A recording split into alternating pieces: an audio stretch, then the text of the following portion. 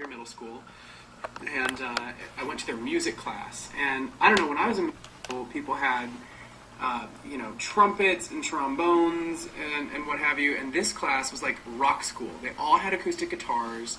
There were a couple of keyboardists. There were a couple of bass players. They had a drum kit, and they performed a song it was an original song. I was so impressed. So if it weren't for a group like Donors Choose and what you guys do and what you've contributed, they probably wouldn't have the instruments and the materials that they need. So it's a perfect example of why I'm encouraging you to give to this cause. Before we start with the questions, I have one question to answer from Julia, because you started this group. And your question was, if I had to go on The Amazing Race, who would I go on with and why? And I have to apologize, I'm not really that familiar with The Amazing Race, but from what I've gathered about what it is, I would probably take my best friend Danielle, who I'm sure you all know, because you're very resourceful that way. And she's one of my oldest friends. We would probably have a blast together, and that's what I would take. Julia. So now I can just answer the questions? Yeah. Oh, yeah. So here's the thing.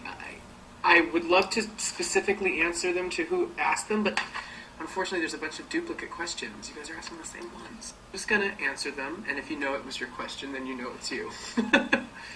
Okay, so the question is, what happened to your fabulous tour jacket? The last time we ever saw the jacket was when Chris was wearing it at the summer tour finale. That's right. It was a little big on him, wasn't it? I actually still have the jacket. For those of you that don't know, the tails were removable. I never used that feature during the tour, but I took the tails off, and I'm waiting for the perfect opportunity to wear the jacket one last time, and then I will probably donate it or do something special with it. This question says, how do you think the stage persona of Adam Lambert and Adam Lambert the person differ, if at all? Are you maybe sweeter and gentler than you let on, or is the sexually charged Adam the one you display on a day-to-day basis?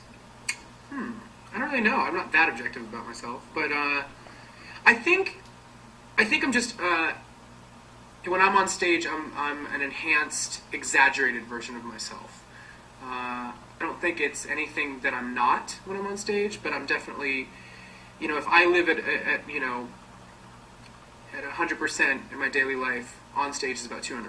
So I just kind of amplify it and over-exaggerate.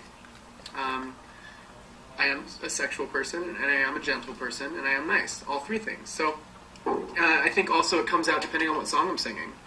Obviously, for a song like What Do You Want From Me, it's more emotional, it's more vulnerable. I'm not going to be doing pelvic thrusts during that one. As you become more successful, will you be looking to help other artists who are struggling to break into the business as you have done, such as forming your own company to promote singers and entertainers? I think that's definitely kind of part of what I'm about. I have a lot of friends here in Los Angeles and abroad that have been performing for a really long time, that I've worked with for years, other musical theater performers, dancers, clothing designers, artists. These are my goal is to always spread it around. If you have success, you should share it with the people around you and spread karma. I would love to be able to form my own company someday for entertainers. I think that would be amazing. I think it's a ways off, but yeah, that would be great. What's your favorite dessert? Well, as many of you know, I love ice cream, so ice cream it is. I'm also a fan of tiramisu. Really good. I'm aware that you already knew Monty before your Idol experience, but what was the audition process for the rest of your band? How involved were you in it, and why? Or in what way? I actually came to the audition. They had already done a big round of auditions to find... Monty was already set up, and we needed to find a bass player, a keyboard player, and a drummer. And the thing about the band is that there was never... when these initial auditions, it was never that it was going to be Adam Lambert's permanent band for all time. The goal was to find a band for my promo touring experience, which has technically already ended. It was for the first couple months. And we brought in a bunch of people, and there's a gentleman that runs it named Barry Squire, and my management came as well, and oversaw the auditions, and narrowed down about 5 people for each instrument for me to look at, the 5 that they thought were great. And Tommy came in, for example, on bass, and the minute he walked in, I loved his look. Definitely glam. Tommy has a great look. He's a good-looking guy. And he actually came in as a guitar player, which he plays as well. I already had Monty in place, so we said, well, this guy seems really cool, what can we do? So he ended up learning all the parts on bass, and he did a great job. And so he was pretty much hired as soon as we knew he could play bass. And Longenu came in, and I loved his look as well. And the minute he started wailing away on those drums, I just knew that he was a superstar. He's incredible on the drums. He keeps time really well. He's really creative with certain rhythms together, and he's a good guy. And then Lisa came in on keys, and she's fabulous. Unfortunately, she's doing some other gigs right now, so I'm working with some other people, but no ill will. It's nothing negative. It's just the way it works. But I love my band. I think they're great. We actually have a guy named Zach, who was with us from the get-go. He was actually doing off-stage programming, because there's a lot of stuff that has to be mixed in with keyboards and background vocals and things like that. He came on and mixed from the get-go, and now he's actually playing keyboards on stage for the past couple performances. And I know you guys all know that I'm really into astrology. The coolest thing is that Longenu and Zach are both Aquariuses like myself. And many of you know I'm a Libra rising. Tommy is a Libra, double Libra. He's also Libra rising. So astrologically, we all mesh very, very well. Name one thing that never fails to make you smile. No. I love goofy humor. Like, I love when people do silly voices and faces and characters. I love that style of humor. Name a song you'd like to cover on your tour.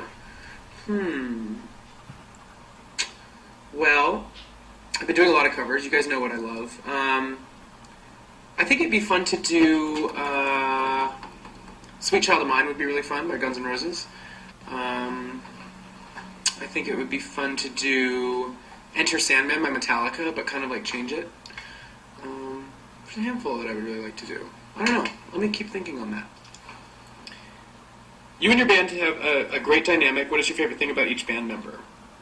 Again, I love the astrology of the situation. It's wonderful. Monty is really funny. He's very dry, his sense of humor. He says things, and sometimes it takes me a minute, and I'm like, oh, what? I also love that he's absolutely incredible at the guitar. Many of you know that we've written together in the past, and that's how I knew him. We were in a band together called the Citizen Vane a couple years ago, and we've written a bunch of songs together, and he's a really creative guy, and he's very loyal, and he's got a good heart. He has a big family. His wife Lisa and him have 2 kids and 2 on the way, and he's just a great guy. Longenu is great because I look at Longenu and he knows what I'm thinking. I don't even have to say it. He's great with eye contact. If I look at him, he knows. He always knows. He's very aware. And I like him as a musician, obviously, and I also think that he's very impressive in that he kind of lives in his own world, and that's not a knock against him at all. It's kind of incredible. So it's like he lives in his own wavelength, and it's the cool one. And then Tommy, I love Tommy. He's a straight dude, but he's like open, and he's different, and he's not afraid to embrace his feminine side, which I wish more straight men were willing to do. He accepts it, he embraces it, he loves wearing his makeup and getting his hair done and his outfits just as much as I do. So that's what we share in common, is that aesthetic, that glam rock attitude.